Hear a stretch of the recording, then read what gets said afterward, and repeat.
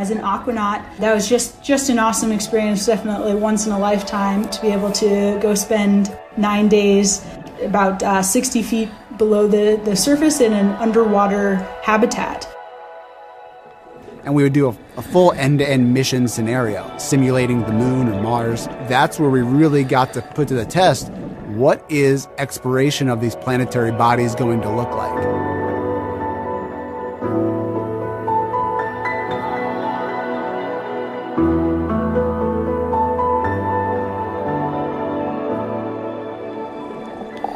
So when we have these, what we call aquanauts, living in this underwater habitat, we can simulate some of the conditions that the astronauts will experience. And we're actually able to have these aquanauts conduct EVAs, or extravehicular activities, simply put, spacewalks, outside of this habitat. So really being able to see that process from multiple different angles, I think will be really beneficial as we start to nail down exactly what that's going to look like for Artemis.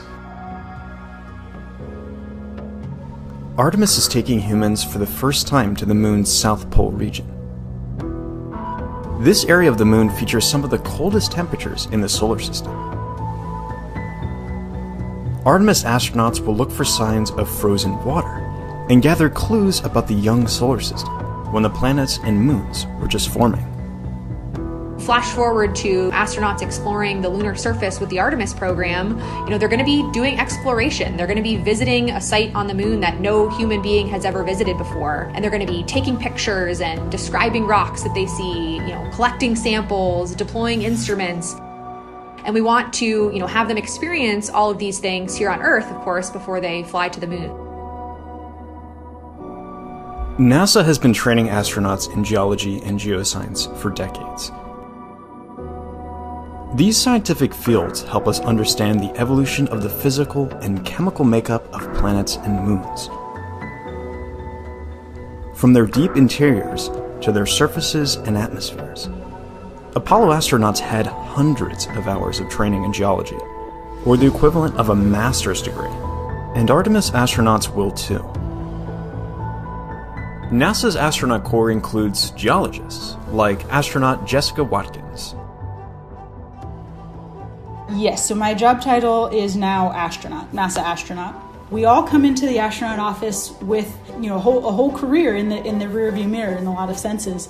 For me, the way that I ended up kind of sitting in this seat was by keeping it in the back of my mind. So I became interested in Mars at a pretty young age, actually. I'm not sure, somewhere around 5th grade. So this was a defining time for my life. But I remember for some school project, making a book about Marty the Martian. That love kind of carried through in college when I found geology, because I learned that there's this thing called planetary geology. And the idea of being able to study the surface of another planet was just the coolest thing to me as somebody who loved Mars.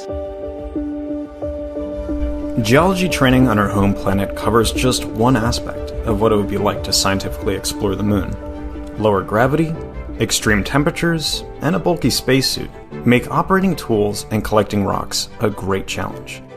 NASA scientists and engineers work hard to design and build custom tools that will work well in the extreme environment of the moon's South Polar region.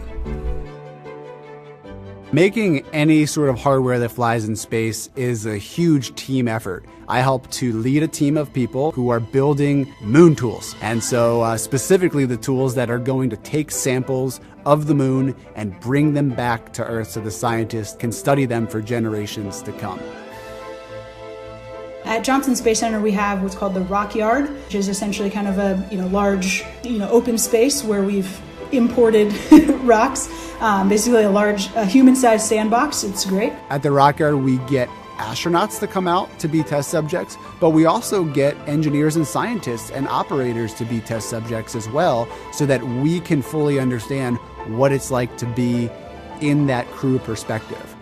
So understanding, what our priorities are, what types of rocks we're interested in and why, but also to start using the tools that we'll be using to collect those samples. Let's just start with the most simple tool, the geology hammer. You all know what a hammer looks like, but in the South Pole, it's going to be really cold there. And so we need to make sure that we're using a material that doesn't break at very cold temperatures. So we create a test plan that includes putting it through environmental testing, so putting the tools in very hot conditions and very cold conditions and making sure they work. We can't just go to the hardware store and buy a hammer. We have to go make a special one. And then we have testing like ergonomic testing to make sure that it actually works with the astronauts and that it fits their gloved hand when they're in the spacesuit. It's not too exhausting for them. There's all of these little different nuances of being in the spacesuit that are hard to fully appreciate unless you get in there.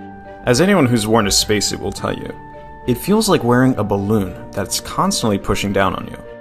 Spacesuits have to meet many demands. They must be sturdy enough to keep astronauts safe in the low gravity and high radiation environment of the moon, but they also have to be nimble enough to allow astronauts to squeeze, poke, and pound their tools.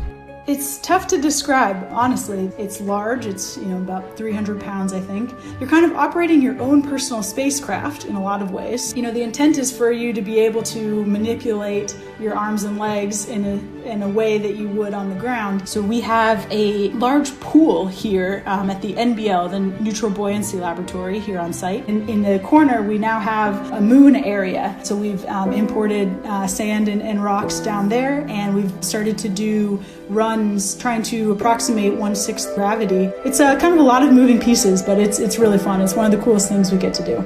And I'll tell you what, some of my most favorite, moments at NASA have been when I see these engineers start to get excited about the science that we're doing and start to, learn some of the geology terminology, because that really is what creates an effective team. And so hearing, tools engineer Adam Naids start to say, wow, this looks like a basalt that has lots of vesicles with olivine phenocryst in it, just make me incredibly excited, because it means that, we're learning to speak each other's languages.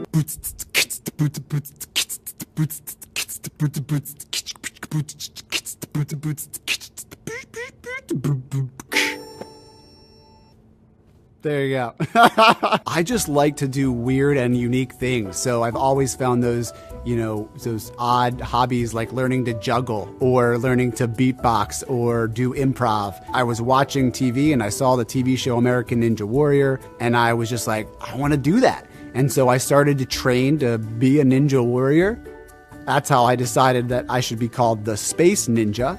And so I would just share my interest of space. I got selected and got to go out there and compete. So I think we would limit ourselves if we only have one vision of what exploration looks like. Being a part of the NASA team has really showed me what that means and what exploration really looks like on a daily basis. But I do enjoy creative writing, short stories, poems sometimes. When I can find the time, it's just an enjoyable way for me to explore what I'm thinking and feeling, and really kind of use the other side of my brain. Now, whenever I take a step back to think about what I do, it is surreal, and it's thrilling, and realize that I have a leadership role in this too, and I get to influence what we're gonna do on the moon. For me, I think why it is so important for us as humans to explore is that exploration kind of forces us to push ourselves to the limits of our capacities. I think that's really important for us to do so that we can, find those boundaries and push them forward. See what's out there, see what we're made of, see what the universe is made of, and where we fit into it. The moon's south pole is an ideal location for many reasons. One reason is that we've collected more information about this region of the moon than any other, from a NASA orbiter that's been circling the moon for more than a decade. On the next episode of NASA Explorers, why the South Pole? What remaining questions do scientists have about the moon and solar system? And how will going to the South Pole help answer those questions?